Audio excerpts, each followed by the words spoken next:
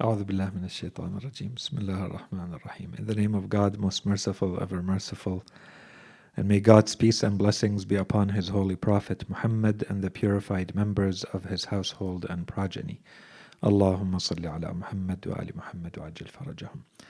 Brothers, sisters, respected viewers, Assalamu alaikum wa rahmatullahi wa barakatuh. And welcome once again to our series, Life, the Islamic Answer.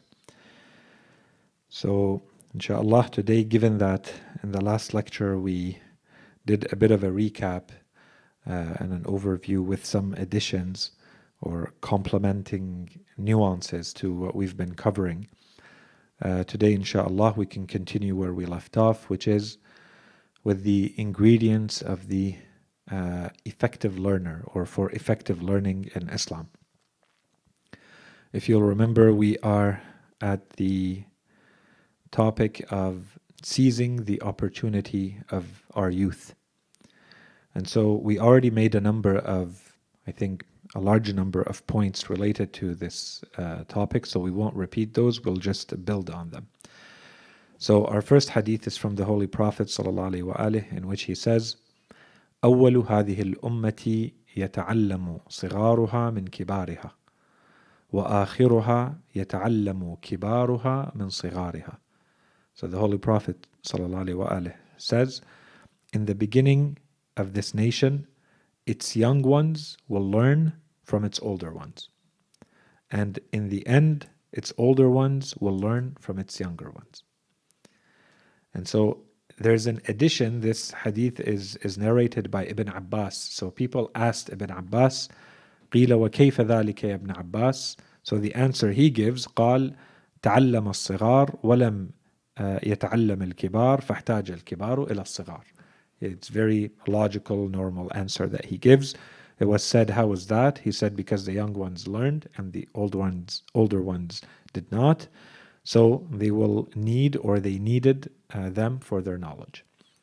Okay, so a first point here is the importance of knowledge and the importance of, maybe let's look at it from the other side, the importance of expertise or experience in life cannot be underestimated. Okay, this is not to say that someone can learn something in theory and not go through life and still think that they have a full knowledge of that thing. Okay, we definitely recognize the value of life experience, of going through life, experiencing things, and how much that can add to the knowledge that we have. Okay, but still, in a hadith like these, we see the importance of knowledge itself, to the point where the Holy Prophet ﷺ is saying that in the end of times, or in the latter part of the history of this nation, it will be the older people in the community who will have to learn, or who will be learning from the younger people in the community. So this should not be the normal state of affairs. So there's definitely something that stands out here. So this is, first of all, definitely in line with what we've been talking about, which is when it comes to knowledge, the criteria is knowledge. So everything else becomes secondary, including social status, including age. So in that type of community, in that type of world socially, age was a very important factor. I'm not going to say that it's unheard of, but it was not the norm, or it kind of stands out for people that someone of an older age would sit and learn from someone who is of a younger age. And yet the Holy Prophet ﷺ is talking about it as though this is something that should naturally happen. Okay? And so here again, as always, the criteria is knowledge. Everything else becomes secondary. Knowledge is its own criteria. And that's what we've been talking about from the beginning, that we as good believers are meant to follow knowledge and seek knowledge and take it from wherever and whomever we find it. Okay? And this is the second part. I'm not going to comment too much on this right now, but I think this is where maybe we need to bring it back to the framing that we put around this entire first topic or first theme in our series, which is knowledge, when we began with this idea of the knowledge societies in which we live today. In one way, we could say, this is just humanity evolving in general, but we could just look at our own lifetimes and even our own generations. And I'm sure for all of you, if you look at your own life and you see the generation coming up right after you, you can see that the pace of change today is accelerating. So that in my time, it was slower than it was for the generation after me or after mine, and so on and so forth. And so this also means that it's not so much a clear-cut category. Don't label yourself as being of this or that generation. This becomes an additional reason, an additional argument for us. The more we realize the pace of change that is happening, the more we need to be aware of it and do something about it. So this is an incentive for me as someone being older. It becomes an incentive for me to go and look for someone who is younger and go learn from them. They're going through something different and they're learning at a faster pace. They're exposed to things that I was perhaps not exposed to, and the pace of change is faster than it was in my time. So I need to make an additional effort that they don't even need to make because they're growing up in it. But I have to go out of my way to go learn what they now are exposed to, what they are learning, to see what is valid, to see what is new that I may not have in my experience and what I've been exposed to until now in knowledge. The next hadith from the Holy Prophet ﷺ, again, he says, so here you're going to see all of these hadith. Initially, to be honest with you, I was going to keep them for the subheading of community. We said all of these are going to lead us to the notion of a community of knowledge. But the community of knowledge has been a running theme throughout, since we started talking about this idea of transformational knowledge and the learner. We've seen all sorts of references to ahadith that are clearly, if they were to be followed, would create a community of knowledge, community of people who are centered around learning knowledge, sharing knowledge, circulating, generating knowledge, and so on and so forth. So this is definitely one of those hadith where you see that in the community, regardless of the age, the important thing is knowledge. And so people will gather and they will take it from whomever they can get it from, regardless of age, for instance. Okay, so there's definitely a link there, and you will see that again in the next hadith as well. So the next hadith from the Holy Prophet ﷺ, he says, "Man lam yatlub al-ilma saghira." So we saw the opposite. We saw a hadith from Imam Ali alayhi salam from the Holy Prophet in which he was saying how important it is to learn at the earliest age possible. Okay, here we're saying the opposite. The Holy Prophet is saying, what if someone did not learn when they were at a young age? So we could focus on the negative and say, well, they did not do the right thing, or. What we said there is, this is not an excuse. We said that someone who reaches a certain age should not say, well, it's too late for me, or I no longer need knowledge at this point in my life. I should have learned it when I was 10 or 15 or 30, and now I'm past that age. I no longer need it. It's not relevant for me. It's not useful. I'm too old. I can't learn. No, we said that's not acceptable.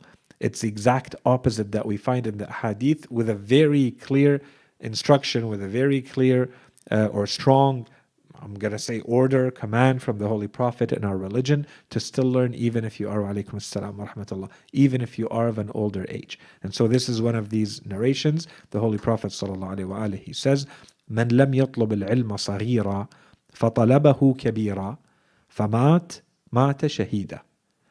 So if someone does not seek knowledge in their youth, but they seek it in old age, then this person dies in this state of learning, then this person has died a martyr. He will die, or she will die a martyr. So first of all, again, clearly the notion of community, so we don't emphasize that. Secondly, there is here implied in this hadith clearly a recognition that there is an additional struggle. There is less of a struggle to learn, to seek knowledge and to learn knowledge when you are younger.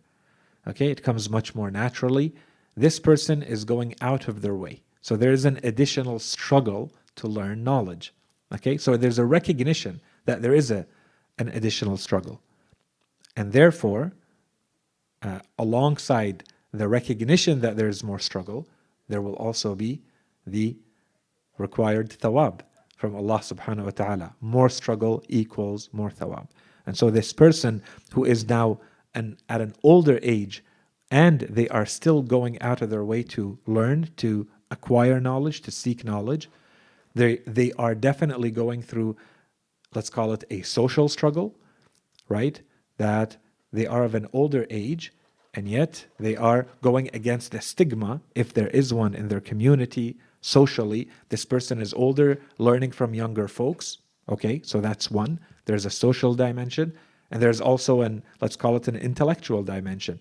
They may not have the same ability to learn and to memorize and to move and progress as fast as when they were younger, when they were learning. And they feel that. And sometimes that is enough for someone to say, it's too much work for me, I need to sit and study, and I could be spending my time elsewhere, especially when I'm older, but this person is not. And so the Holy Prophet says, this person, for going out of their way and learning, even when they are at an older age, this person, if they die in that state, they die a martyr, they die a shaheed.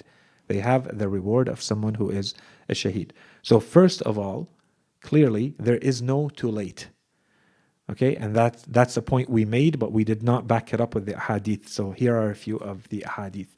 This is one, and we'll see a couple more. Someone should never say it is too late, I no longer need to learn. That does not exist in our religion. Okay, that's the first point here. The second point is the condition that the Holy Prophet says for this person to achieve this status is that they die in this state. Well, all of us can die on that state, right? This could apply to all of us.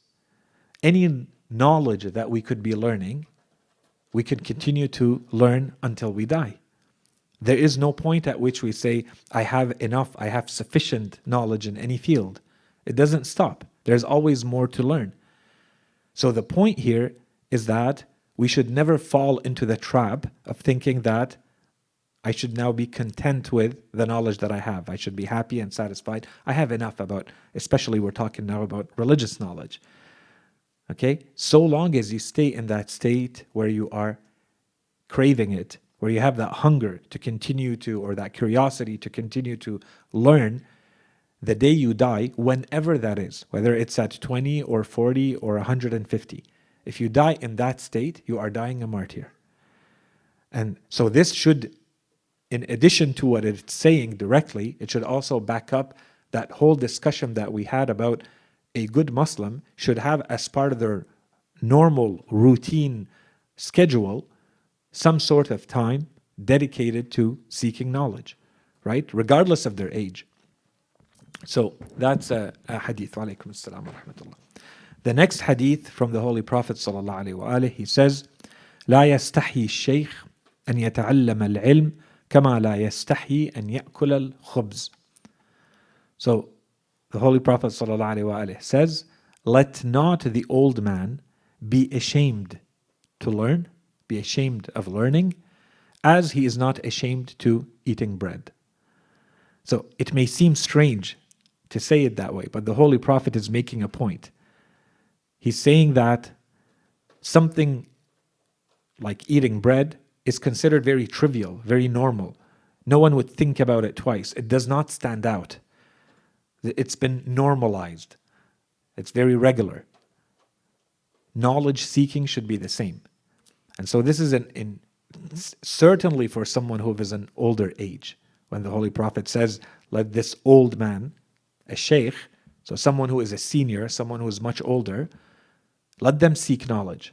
And let that become something as normal to them and in the community as someone who is eating bread. Is there anything special about eating bread? No. So seeking knowledge should be in the same line. It should not be something that stands out. People should not take notice, oh, this is someone older, sitting and learning with younger people or from a younger teacher, and so on and so forth. The next hadith, لا يستحي الشيخ أن يجلس إلى جنب الشاب فيتعلم منه العلم. And this is perhaps the part that is implied or not mentioned in the previous one. But it's not said, so it could be open to interpretation. This hadith confirms what the issue is about. It's not just that you are learning while you are of an older age. But in a lot of cases, when you reach an older age, you're most likely going to be older than the person teaching. And the person teaching may be someone who's much younger. So the Holy Prophet says, لا يستحي شيخ أن يجلس إلى جنب الشاب فيتعلم منه العلم. Let not the old man be ashamed to sit before a young man to acquire knowledge from him. So it's not that you're older and you're sitting beside a younger person and both of you are learning. No, you are learning from a much younger person. So that's an additional layer. And the Holy Prophet here makes it very clear. Let that never become a source of shame, a source of embarrassment, a reason or an excuse for you not to learn. Okay? So, and we've talked, I think, enough about this. And again, very quickly, without any commentary, again, think about the notion of community of knowledge. Okay, if this is what we applied in a community, would this not lead to a community of knowledge? Okay, where the priority is the knowledge acquisition and the knowledge seeking, and not so much these very secondary considerations.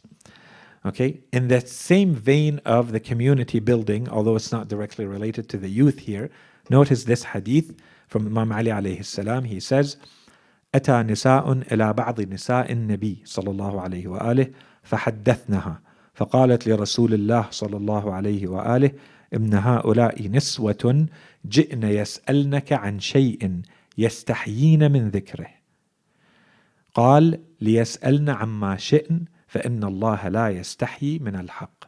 So Imam Ali alayhi salam says, some woman came to one of the women of the Holy Prophet. So it could be his daughter, one of his wives of the Holy Prophet, to speak to her.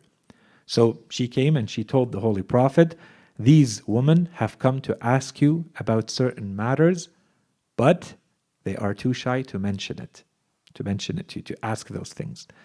So he replied, let them ask whatever they want, for God is not shy from the truth. And so this is something that we know. Walaikum assalam wa rahmatullah. Walaikum assalam wa rahmatullah. This is something that we generally know in our religion, but it's just again to highlight the link with the community. What type of community was the Holy Prophet ﷺ trying to build? Okay, so the importance of asking, the importance of learning, clear in this hadith. The importance of overcoming shyness, of overcoming embarrassment is also clear in this hadith. Okay? And we know, in addition to just maybe there's a social dimension, but sometimes there's also a religious dimension to this shyness or embarrassment, because we've been told that this is kind of a taboo topic. There's stigma around it. You don't question certain things. You don't ask questions about them. You don't ask in a way as though you are confused about it, because you're not allowed to not know or have doubt or so on and so forth, right? So here, these types of narrations, there are many, and we're going to continue to see other ones as the series progresses, that there is absolutely nothing that is too taboo or too stigmatized in our religion to question, so long as you are trying to learn. So long as you are sincere in trying to learn, you can ask about anything you want to ask about. And we're going to talk more about that, inshallah, in the future. And of course, here the participation of everyone in the community is becoming clear. The Holy Prophet talks about the youth and the old and the women and the men and so on and so forth. Everyone in the community is part of this knowledge cycle that is going on. So that's kind of the end, inshallah, to that ingredient of youth. So we've discussed it for a couple of lectures, inshallah. We can move to the next one. The next ingredient for effective learning is the ingredient of motivation. And initially, again, I was not really thinking of adding it as one of the ingredients, because the truth is the whole series has an undertone of motivation. Okay? And, one way or another, indirectly or directly, I think there is definitely a life coaching component to this series. Okay, inshallah, that is clear enough. But in order to do that, therefore, there is a constant push to It's meant to inspire and lead to action all the time, right? Every lecture has to have a certain dose of, so how do I take this and go and do something? I can't just not do anything after I have listened to this and thought about it. Okay, so I didn't think that we definitely necessarily need to discuss it specifically, the theme of motivation, but I think it's important enough, especially since sometimes when something is very obvious, you don't notice it because it's too obvious, it's too present. Okay, so at least this hadith from the Imam, and I thought this is a hadith that summarizes very well a lot of what we have been talking about in a few very quick, very short words from Imam al-Sadiq alayhi salam.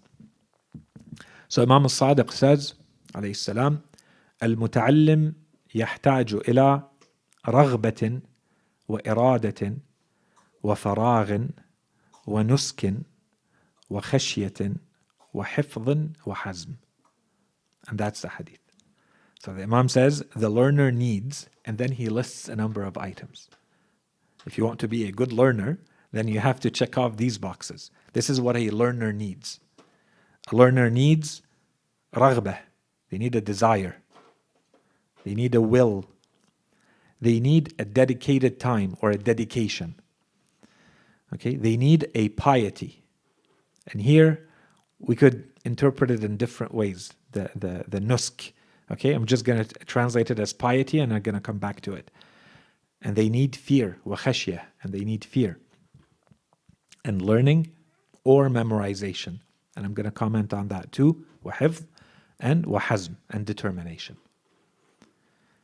Okay, so let's go through them very quickly. The first thing is, the Imam says, the learner needs a desire, raghbah. Here, that could be a whole topic, especially when you look at the next item on the list where it says irada. Irada is your will. And at the end he says hazm, so determination. Okay, so will and determination, they're about your discipline, your resilience, your perseverance, your ability to plow through with something that has struggle and difficulty in it. Great. But what about this desire? This is why we've been talking about, this is the motivation. There's something inside of you that has to push you towards these things. This is not something that can come from the outside. You can feed it more from the outside. But at the end of the day, the motivation has to come from within. There has to be something that moves you towards seeking knowledge.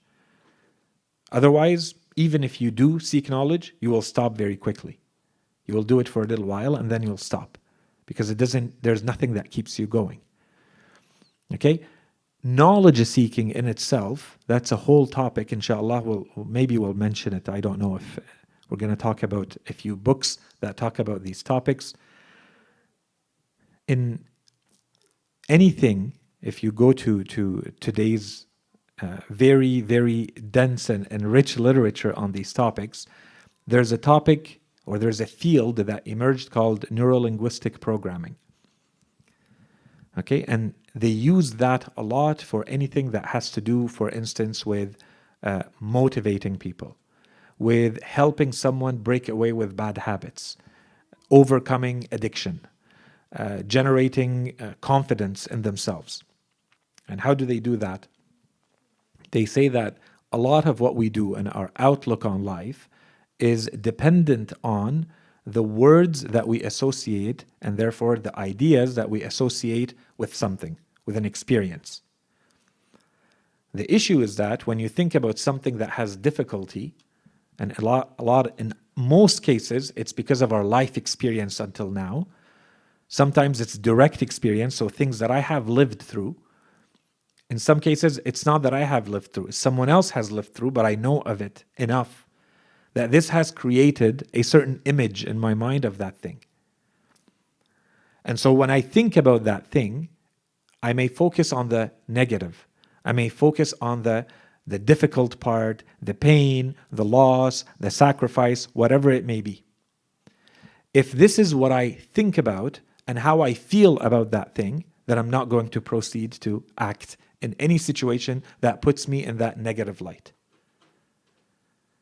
So what do they do in neuro-linguistic programming? What they try to do is to take that same word and therefore that same notion and experience, but change the association from something negative to something positive. A lot of things in life, they come with a risk, they come with a danger, they come with a price, with a sacrifice, with a pain, something that you have to put in order to reap the benefits of it. If you stay focused on the negative, nothing will ever get done. And that's why a lot of people live in a lack of confidence or in fear, and they never move to act on something. They prefer the status quo, they prefer to stay away, not to put themselves at risk, and so on and so forth. All you need to do for that is focus on the negative. And we're not saying become delusional and forget the negative. We're saying focus on the positive. There's a price you're paying, but you're getting something greater at the end. That is worth it and more. So what they try to do in these areas is that they turn your attention from the negative to the positive.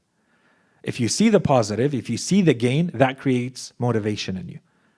And of course, there's all sorts of techniques with that you have to visualize, you have to see, you have to sense. It's almost like you're living the benefit that you're talking about. And this is exactly what happens for, I don't know, a very simple example. Someone going to the gym, for instance. If you focus on the pain and the effort and the sore muscles and the time it requires and the effort to go to the gym and so on and so forth, you'll never go. But there has to be, for someone to actually go there, then there has to be some sort of benefit. Two people are looking at the same thing. One person will say, I don't feel like going. Or one day they may go and one day they may not. They are oscillating between these two states. One state in which they are focusing on the negative, and one state in which they are focusing on the positive. So it makes them act. Okay? A lot of the topic of motivation falls in this line.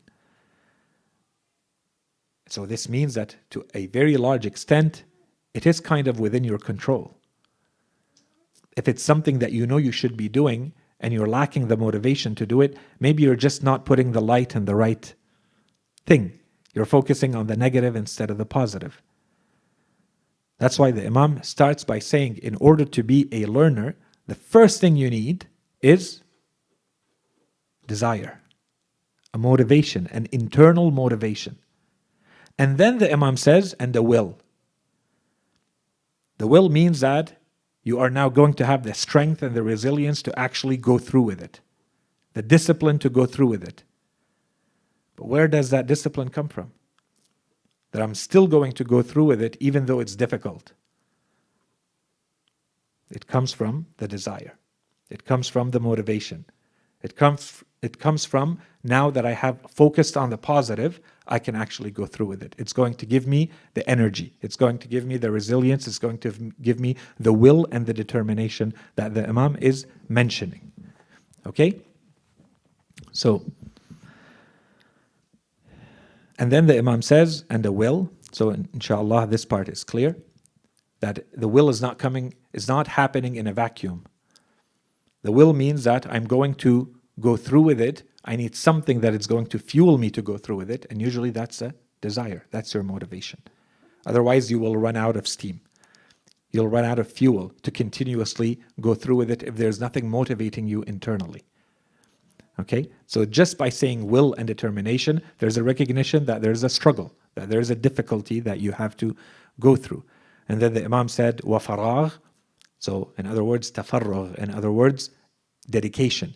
You need to free up time. You need to free up energy so that you can put it to knowledge seeking. And then he says, وَنُسْك. So I translated it as piety, just to try to cover the different interpretations that it can give. So on one side, this nusk, someone who is nasik could be interpreted, for instance, as a monk or a recluse, someone who secludes themselves to do something, to perform something. They stay away. So the Imam is either saying this is someone who is so committed to learning, so dedicated to learning, that they stay away from certain things, to the point where you might say this person is a recluse. Okay? Or because of the next item on the list that the Imam is giving when he says وَنُسْك وَخَشْيَةٍ. And he doesn't qualify the khashya, he just says وَخَشْيَةٍ. But we know that the Imam is talking about God-fearing. He's not just talking about fear. He's talking about God-fearing. He's talking about taqwa. So this is another dimension to learning. You want to be a true learner, according to the definition of Imam al-Sadiq alayhi salam, you have to have the desire and the will and the dedication, and you have to have wanusk.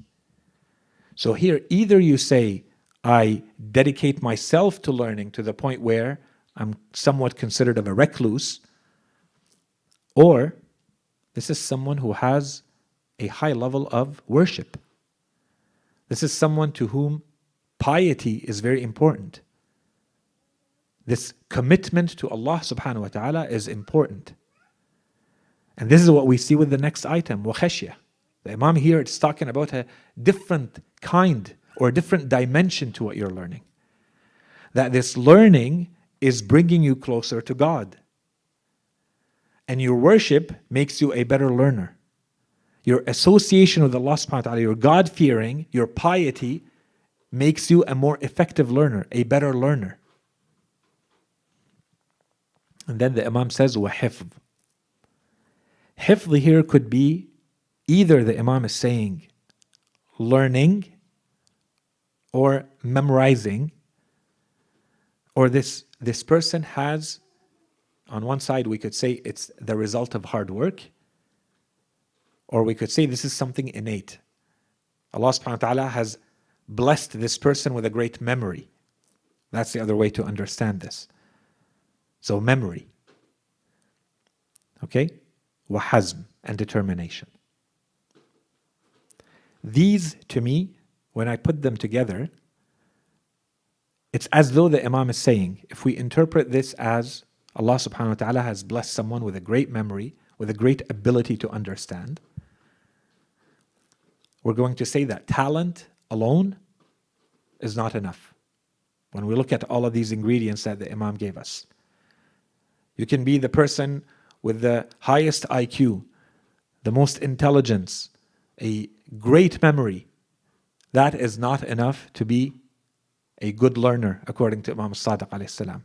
You need another dimension, or two other dimensions. So you may have your innate skill set and your innate talents. That's great. You need more. What else do you need? You need hard work and determination and resilience. So that's another dimension. Neither one of these is enough on its own. What if you combine them together? Is that enough? The Imam says, and this is why we think our knowledge seeking is different and special, the Imam says, no, that's still not enough. You need a third dimension, and that is God-fearing. That's your taqwa. That's your association with God. That's not just about the theory and the information that you amass. It has to lead to a better relationship with Allah subhanahu wa ta'ala. That together, those three together are going to make you a great learner, according to Imam al-Sadiq alayhi salam. And again, every time I read a hadith from Imam al-Sadiq alayhi salam, I say, imagine yourselves as being in his university, in his time, amongst the thousands of students who sat before him. Very different from the other Imams who did not have those conditions, those circumstances to allow them to teach. And so, to me, when the Imam is talking, he's really talking to people who are trying to become the best of the learners, of the students, to become the scholars. Those who attended the lectures of Imam Sadiq alayhi salam, they were the scholars of Islam. So when he's giving them this, these are the people who are competing at the highest level of knowledge in Islam. And he's giving them these ingredients, I would say, in a very formal context of learning, okay? To be taken seriously. This is not trivial. This is not said informally, okay? So up to here, the ingredients that we looked at, there's, I think, a very good understanding of them, inshallah. I think they're clear enough, and we spent a good amount of time on most of them, explaining them. I thought it would be interesting to highlight a few, specifically from one angle. which is that in today's world, people who are connected to, in today's society, in today's culture, you will see that many of the ingredients, I'm not going to say all, many of the ingredients we spoke about until now, they are ingredients upon which there is a huge focus in today's world. But where do you find it? You find it in the world where people are trying to perform at a higher level. You find it in the self-help, self-motivation world, and you find it in the corporate world. So things like the importance of dedication, the importance of being single-minded and focused, the laser focus, the importance of starting early, the importance of not being distracted, dedication and sacrifice and hunger, being hungrier for it than everybody else and be willing to put in the hard work and the time and the hours, and because you're going to reap the benefits of that, and don't be like the 95 or 98 or 99% of the people. You have to be the 1% or less. But to do that, you have to put in the work and the energy and the sacrifice and so on and so forth. The importance of patience, perseverance, seizing the opportunities. Each one of these, I'm going to say, is a whole niche today in these fields. So I thought I would highlight very quickly a few books. Those are the ones that I have read, okay, that I could go through as a quick list to highlight some of the points that they make in those books. And inshallah, from there, we'll draw a few conclusions at the end, and I'll try to finish so that we wrap it up. I thought we would start the next topic today, but we'll wrap it up with that. Okay, so very quickly, we'll go through all of these. So inshallah, you have in mind the ingredients that we have gone through. We went through 10, 12 ingredients until now to be an effective learner in Islam. Okay? So one of these ingredients was food. We talked in the last couple of lectures, we spoke about a link and association between the empty stomach and knowledge, or the empty stomach and wisdom, if you remember. There's a book called The Mind-Gut Connection, 2016, okay, by Emran Meyer. In this book, he explains that the gut is like a second brain. He says it's a sensory organ. And he spends the time in the book to explain how the things that we feel in our gut are things that are going to be reflected in our emotions and moods and thinking. And the opposite. Our thinking and our mood and our emotional state is going to affect what happens in our gut. So it's a two-way street. The point of this is not to go through the books, because each one of these books we could spend a whole lecture on. Okay? I just thought I'd highlight some of the important or interesting points they make in those books. Okay, and so of course I thought it's also very interesting. The Emran Meyer, he talks about, for instance, therefore the importance of customizing your diet once you know yourself and how you think and how you behave and your stress levels and so on and so forth. Okay, and there are of course, a lot of examples to make their case, and this is all very, very rigorous science. Okay, this is coming from the medical world. There's a few more books in the same vein. I'll mention a couple of them. The idea here, though, is he also makes a point to say that the importance of trusting our gut feeling. When we have our gut feeling, so we say there's something instinctive that you feel about something, about someone, or in a certain situation. But for that to be the case, you have to be healthy enough. Your gut has to be healthy and your mind has to be healthy. Then your gut feeling is not random. There's a reason why you have a gut feeling about something. Okay? In any case, that's a whole discussion that I thought was very important in that book, and perhaps very in line with what we are talking about. The connection with the empty stomach and knowledge seeking, the empty stomach and wisdom. Okay? There's another book, This Is Your Brain on Food, by Uma Naidoo. She tries to focus on mental health or mental well-being and what's in our gut. the food that we eat. Okay? So in this one, I think there's also what was interesting to me in that book, based on what we were talking about, is making sure we understand that everything that is happening in the day, especially if you want to be healthy and happy in the day, a lot of it has to do with what's happening at night. How well do you sleep? Your melatonin level. Okay? And so this is the whole topic. We've mentioned it in the past, the circadian cycle, the cycle of sleep and waking up that we all have. Well, depending on what you eat, you're going to really affect that cycle. How well do you sleep? How deep do you sleep? What time are you sleeping? What are you eating to help your sleep so that you can function better and feel better emotionally and otherwise, mental health, throughout the rest of the day? Okay? Very interesting, I thought, to highlight those. An older book, but in that same vein, there was a book called The Second Brain. So The Second Brain by Michael Gershon. It's a 1999 book, so it's an older book. The same idea, that what is happening in your gut is directly affecting what is happening in your brain. Your brain's ability to think, your brain's ability to analyze the world, to comprehend the world, and so on and so forth, is deeply affected by what you're putting in. That's called the microbiome, everything that's going on in your gut. Okay? And there's a few more books. I'll just mention them very quickly, all on the same line. There's The Good Gut. There is a book called The Food Therapist. There's a book called How We Eat with Our Eyes and Think with Our Stomachs, and so on and so forth. So that's one ingredient that we talked about, and a couple of books that have to do with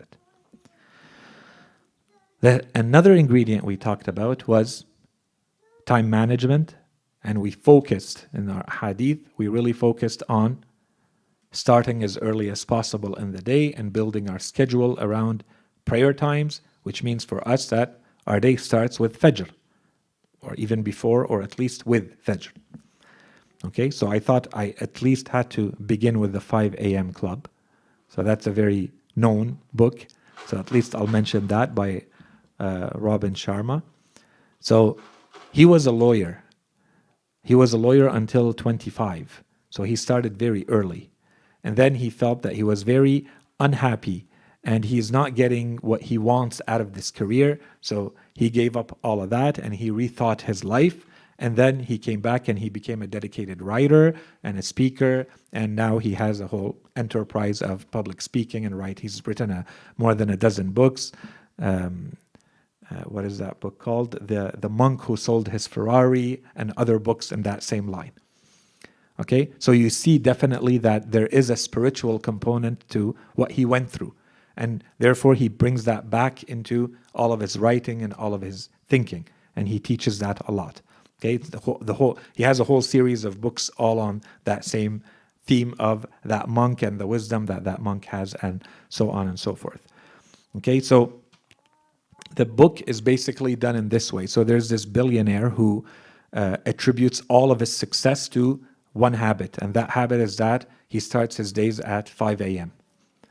Okay, so the book begins, there are people, they meet each other, and so he tells them that there are extraordinary people throughout history, and one of the most common things that you find in these extraordinary people throughout history is that they had a very similar early morning routine, including how early they woke up.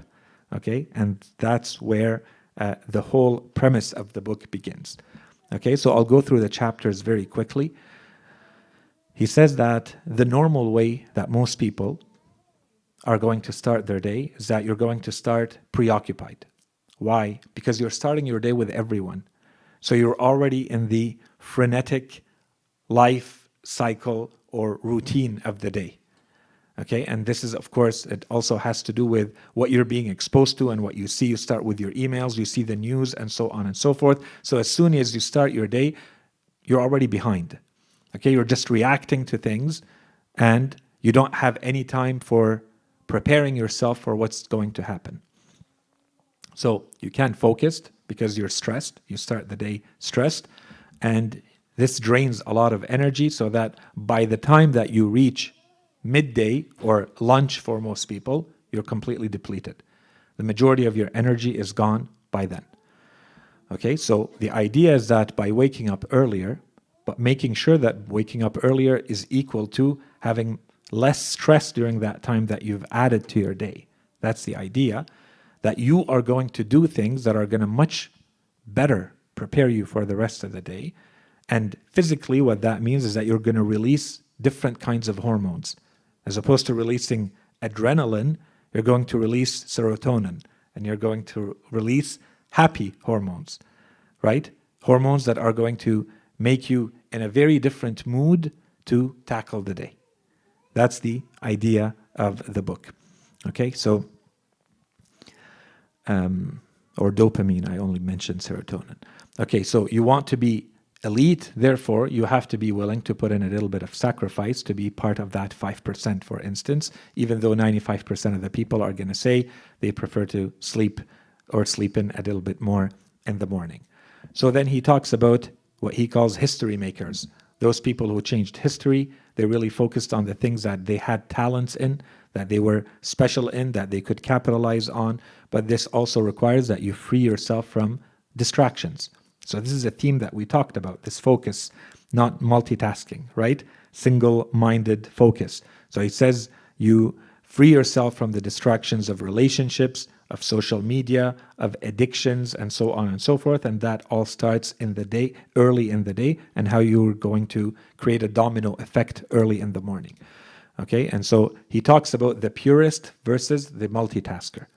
So he calls this person the purist, and he says the purists are the ones who are going to own history. They're going to go down in history as people who achieved great things, not the ones who were multitasking or scattered all the time. Okay, so how do we achieve that? He talks about day stacking. So day stacking is nothing, it's just a fancy word for consistency. Instead of trying to achieve great results and huge wins, he says we have to focus on very incremental small steps. You day stack them. Every day you add a little bit more to what you achieved the day before. You don't go for big wins. You go very, very small but consistent wins every single day. Okay, daily accomplishments versus the big accomplishments. And of course, that's a whole theme too, right? There's another book called Atomic Habits. It's all about those tiny habits that if you keep building on are going to generate huge success, as opposed to going for something big right at once and then it looks like it's too overwhelming. And then he talks here about psychological studies that have led to this idea of mastery. How do people become masterful at something? How do they master anything? And he says that on average, it requires to become a master. And so there's a lot of studies on musicians, on all sorts of fields. They say that on average, it requires a master to dedicate 2 hours and 45 minutes to an activity every day. That's all you need to become a master in something. Okay? So it's not just an innate talent. It's how much work are you putting in on a consistent basis, day in and day out, to achieve the result that you want to achieve. Okay? So daily, if it's known that there is this type of study that produces this type of result, then this is definitely something you want to incorporate in your daily activities. Okay, so he says you have to really plan those 2 first hours of your day in a very meticulous way. So think about that very well. In the next chapter, he talks about how we are made up of 4 empires. We are not just one dimension. We are these 4 big dimensions. He says everybody who's talking about motivation or who's talking about how you plan your life and perform, everybody's focused on the mindset. He says the mind it's very important, but it's only one of the 4 big dimensions. You also have your heart set, or how well are you emotionally. You have your health set, how well are you physically, and your soul set, so that you are not attached to only the material aspect of your life. Okay? So this is where we said there are definitely undertones of that spirituality in most of his writings. And so finally, in chapter 5 and 6. In chapter 5, he says, so now you have a little bit more time in the morning. So what are you supposed to do with that? because it's not just about having the time. If you just add more time but do the same thing you're doing the rest of the day, every day, nothing is going to change. You just stress more. So what do we do with that? So he says that he says, that's what he proposes, his ingredients, 20, 20, 20. That's his recipe. So 20 minutes, 20 minutes, 20 minutes. You spend an hour doing this. So he says 20 minutes to move. So 20 minutes of exercise. And of course, he talks about, as I said, the point here is not to talk about those books and their specifics. He says to dedicate 20 minutes to very intense physical activity, and then 20 minutes to reflect. And this requires solitude, where you can center your focus and rethink on a daily basis, what are my priorities? What are my fears? What are my ambitions? And then 10 minutes of journaling. So 10 minutes of thinking and 10 minutes of writing down those thoughts. Okay, you're going to see that this is a theme that comes back again and again. And then the last 20 minutes is to grow. And to grow equals, according to him, to learn. This is what's happening when you grow. You have to have, at least in the first part of your day, a time dedicated to learning. Okay, sounds familiar? I just leave it at that. Let's go to the last chapter. He talks about how it is important to prioritize your sleep. In order for all of that to function, you need to make sure that you are able to sleep well and to sleep deeply in a healthy way, which means that that last hour before your sleep is extremely important. What do you eat? What are you doing? How much screen are you looking at before you sleep? Because if there's a distortion there, if you look at too many screens, you won't be able to sleep as deeply. If you eat the wrong things, you won't be able to sleep. If you sleep too late, your sleep is going to be messed up and your circadian cycle is not going to be productive, right? So on and so forth. Another book called The Miracle Morning. Miracle Morning was written by Hal Elrod. So this is a man who was a very big salesman in a company, and then at a very young age, he went into a coma as a result of a car accident. He woke up from it, went to being healthy again. Then so he started his own businesses and so on and so forth. In 2007, with the market crash, his company crashed too, and he lost everything, and he had to reinvent himself. And so he became very depressive. He had very dark times, as he says. So he had to rethink his life quickly. So he went, he studied, he put his thoughts together, and this is his recipe.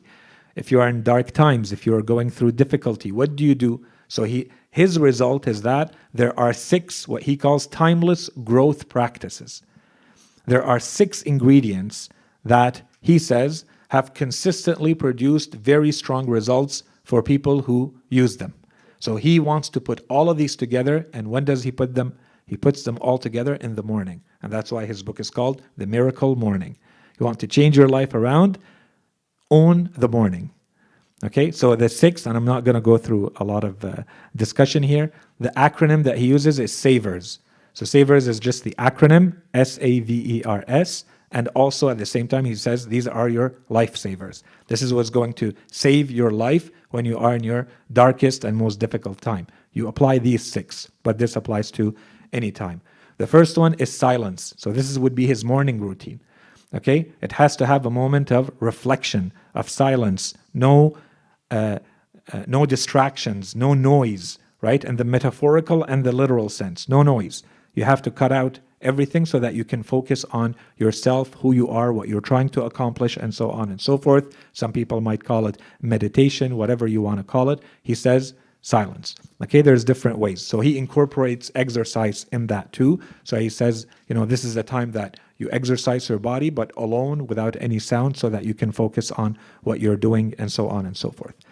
So silence. The second one is affirmations. We talked a little bit about that earlier.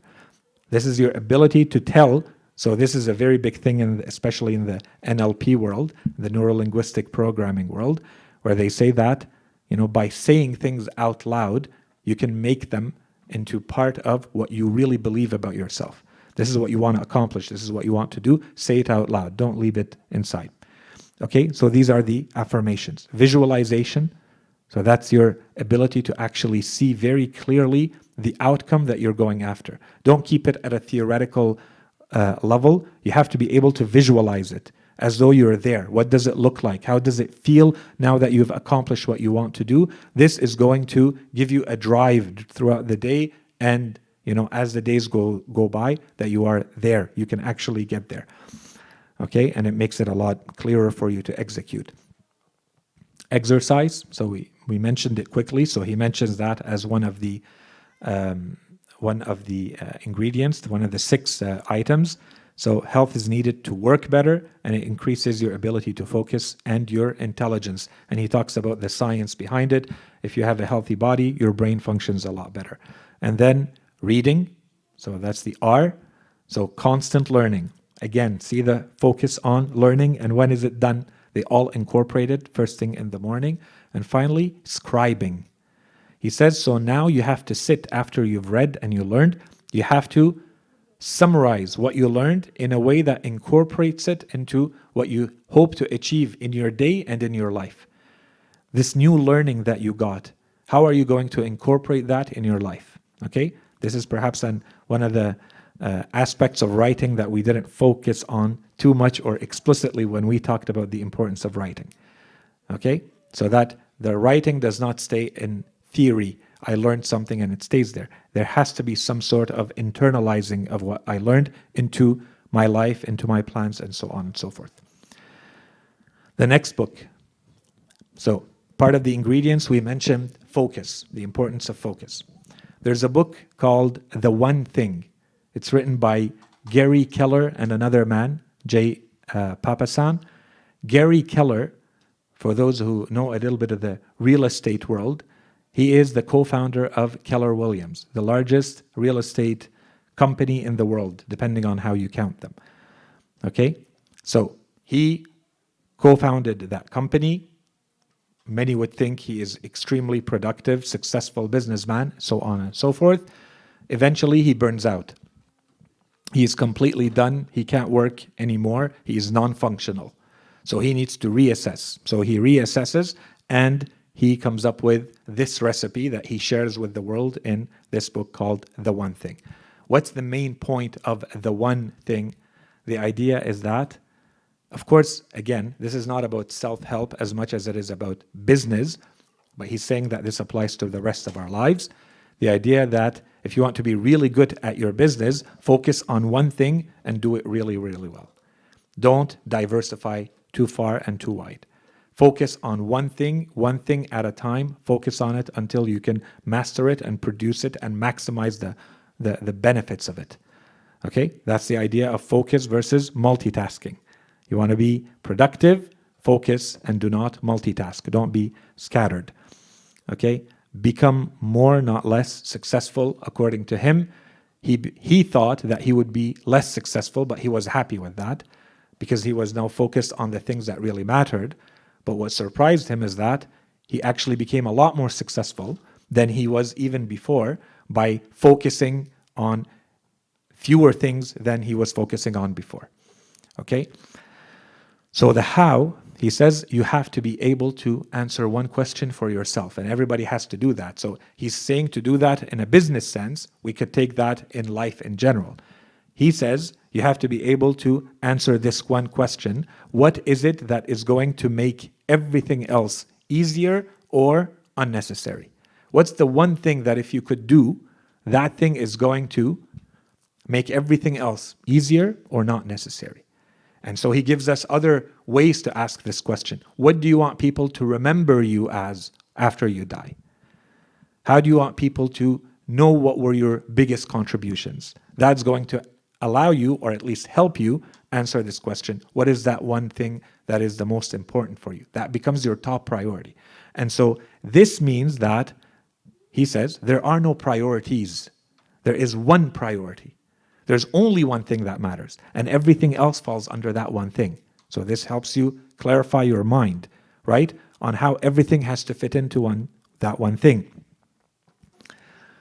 And so he says, therefore, this has to be reflected in what you are trying to achieve, what you're trying to produce. And so he says, we are going to put in 4 hours, the 4 most productive hours of our day, into that thing. If you do that, then you've achieved all of this. And he applies what is called the Pareto Principle. So that's a whole discussion that we're not having right now about what is the Pareto Principle, the 80-20 principle, that says basically that 20% of our effort produce 80% of the results, or 80% of our effort, of our time and efforts are producing 20% of the results. There's a negative and the positive aspect of it. If we know that only 20% of our time is producing 80% of the results that we want, where's the rest of the time going? It's being scattered. It's being lost. It's not efficient. It's not productive. Okay, so you have to understand this principle in order to and be happy with it, because it means you don't go for perfection. You accept 80% is good enough, because 20% gives you 80. So then you can move on to other things that are as important. Okay, so here he says the greatest productivity result is to focus on one thing at a time, that there's a need, therefore, to cut back on multitasking in order to achieve greater results, and that this is not going to save time, but it's also going to decrease stress and give us a stronger sense of purpose.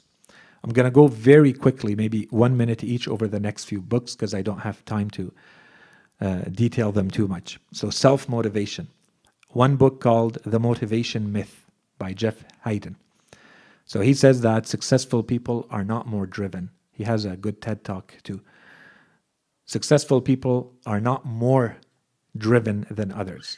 He says your drive to do something comes from your success, previous success. Okay? It's not you have motivation, therefore you're going to achieve success. You have success, so that gives you hunger and momentum to want to, and therefore you become successful, and that's what gives you the motivation. So the plan here, so that's one idea, very important, and therefore focus on that one thing. 2, the best way to do that is to find someone who's done it. That's the mentor. And we talked about direct mentorship, direct apprenticeship. What you get out of the mentor is the plan broken down into incremental steps that will allow you to get a success on which you can build. So the small successes are going to generate your motivation, and that is going to give you success. Okay, so we have 2 ingredients here, the focus and the direct apprenticeship. There's a book called Mindset, The New Psychology of Success by Carol Dweck. So that book says that everyone wants to be better, but no one wants to be in a situation where they're looking like they're failing. Okay, so that's what holds people back, and they don't want to engage in certain things, and so on and so forth. So what holds a lot of people back is that they feel, or they are working from what she calls a fixed mindset. They feel like every human being has a fixed capacity. This is how much intelligence I have. This is how much IQ I have. This is how much I can handle. If this is your starting point, then you're going to fail. Then this means that you're not going to have a drive to continuously progress and move and evolve. Those who are consistently successful and producing much higher results are the ones who have a growth mindset. They're okay with failing because they know that is necessary to continue growing. And there is no limit to how high they can go, how much they can achieve, because they don't work with a fixed mindset. Okay, so this is a really good book to really push the idea of consistent or continuous learning. Start with Why. So that's Simon Sinek. He's very well known, huge guru in the leadership world. He wrote 2 books that I think go together. One of them is called Find Your Why, and the other one is Start with Why. So start with why and find your why. And of course, these are business books, but they have a personal component to them. The business side is that he says a company should not just be about what they're trying to achieve. A company should be about why is it trying to do that. And once you do that, then you get a following and you become very successful. That's the idea. But in order to do that, you have to know for yourself at a personal level, why are you getting up in the morning? So he's talking to the leaders in the companies, but this applies to anyone. What is it that motivates you? What are you trying to achieve beyond the day-to-day activities? These are just means to get there. Ultimately, what is your why? What is it that is going to make you tick? And there's 2, I think, very interesting quotes. The first one is from Nietzsche, the philosopher. He says, "He who has a why to live can bear any how." Okay? If you know your why, you're trying to achieve something, then you are able to withstand any how because you know where you want to go. And the other one is from Mark Twain in Finding Your Why.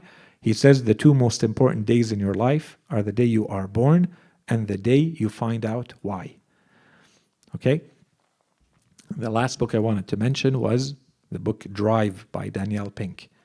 So in the book Drive, Danielle Pink says that the normal way of trying to motivate people is about the carrot and the stick. And that is a very limited way of motivating people, just with the carrot and the stick. What's going to make them move to the next level is going to be the internal driver. It has to be something internally driving them. So in order to do that, what we're going to do is to make sure that the purpose, your vision in life is very clear. If you were to take that in the business world, they say repeat that at every meeting. What is the purpose? What is the mission? What is the vision? Okay? But he says human beings have three main drivers. All human beings have these three needs. Being autonomous, so you want to be in control of what you're doing. Achieving mastery, so constantly improving about the things they care about. And finally, purpose. They are moved by purpose. Those three things together are equal to having the motivation. The more you give those things or you take those things and do something with them, the more you're going to be motivated to achieve results. The reason I mentioned these books, first of all, we said that we're seekers of the truth, and by being seekers of the truth, we look for it wherever we find it. If there's benefit, we gather it. Secondly, and I think this is the important point here, is to allow us to appreciate our religion and the teachings of our religion to the best of our ability. Do you not see, and this is just a sample, for each one of them I could have mentioned 5 or 10 more books in those fields. These are the greatest minds today in their field, trying to give sincere advice to people based on thousands upon thousands of case studies. These are the bestseller books, selling by the millions, and these are the results. This is what they've achieved. And you see the complete alignment between these teachings and the ingredients we talked about. And they go way beyond being an effective learner. And we see that all of them have been mentioned. In fact, I would argue, mentioned in more detail in our religion 14 centuries ago. The last point is that the difference is that everything they're talking about is to achieve success in this world. And it's limited to the material success and happiness of this world. Our religion presents those teachings in a way that incorporates all of this and ensures your eternal happiness. We're not saying we don't take them, we don't look at them, we don't study from them, but we're saying that we should start at least with seeing what has our religion said about those things, and then we can find complement, we can find other things that validate even further, that solidify even further what we have been saying all along in our religion. So let's stop here, and inshallah next time we meet, we continue with the ingredients/manners of learning. وصلى الله على سيدنا محمد وعلى آله الطيبين الطاهرين.